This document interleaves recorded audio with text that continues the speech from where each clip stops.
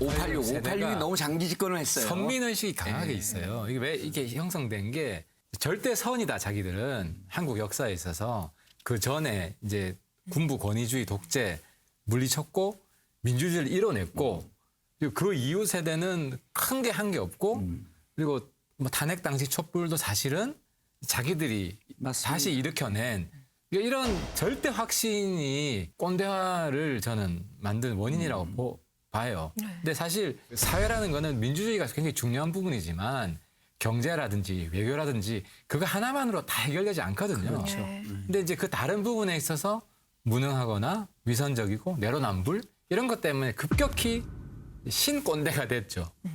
민주당 왜 자꾸 좀 오만해져서 그런가? 아니면 제가 민주당이 없어서 그런가? 아니 이제 그것도 마찬가지라고 봐요.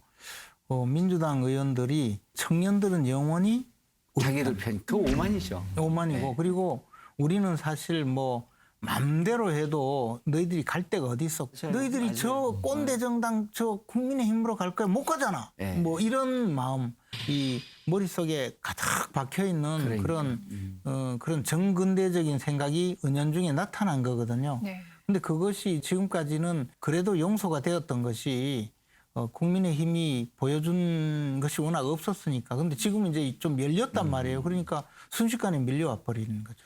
저는 조금 더 한 발 더 나가고 이제 민주당의 모습은 총선 전까지는 변화하고 혁신하고 추진력이 있고 그리고 가치가 있고 정의롭고 이런 긍정적인 이미지가 있었거든요. 총선 지나고 난 다음에 이제 LH 사건 터지면서 참신하고 개혁적인 줄 알았더니 내로남불 정당이네. 자신들은 절대 선이라고 하는데 귀는 기울이지 않는. 입은 열려 있지만 귀는 닫혀 있는 이런 이미지로 확 간 거죠. 근데 국민의힘 같은 경우는 재보선거 전까지는 왠지 돈 많은 부패한 사람들이 있는 것 같은. 실제 그다음에 세습 정당, 럭셔리 정당. 그러니까 국민의힘에서 이런 분들 계시면 럭셔리 정당 맞나 두 분이에요? 헝그리 정당 같기도 하고. 근데 이제 국민의힘이 통체적인 이미지는 그런 쪽으로 갔다가 이제 지금은 보면 변화를 주도하는 게 국민의힘이 됐다.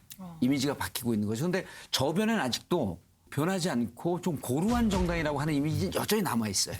그러니까 원래는 꼰대 정당 이미지가 우리 당 이미지였어요. 그렇죠. 네. 그래서 구꼰대 정당이 됐고 지금은 신꼰대 정당이 민주당이 돼버린 거예요. 네. 둘 다. 여기서 우리 당이 좀 더 반성이 빨랐던 거다. 최근에 2030 용거는. 그래서 말씀하신 대로 자만하면 언제든지 빠져나갈 수 있는데 그럼요. 앞으로 얼마나 노력하는 꼰대인가 그 당 중에 어느 당이 더 노력하는 꼰대인가에 따라서 이 출렁일 거예요. 아마 이 꼰대 탈출 경쟁이 벌어지지 않을까 싶습니다.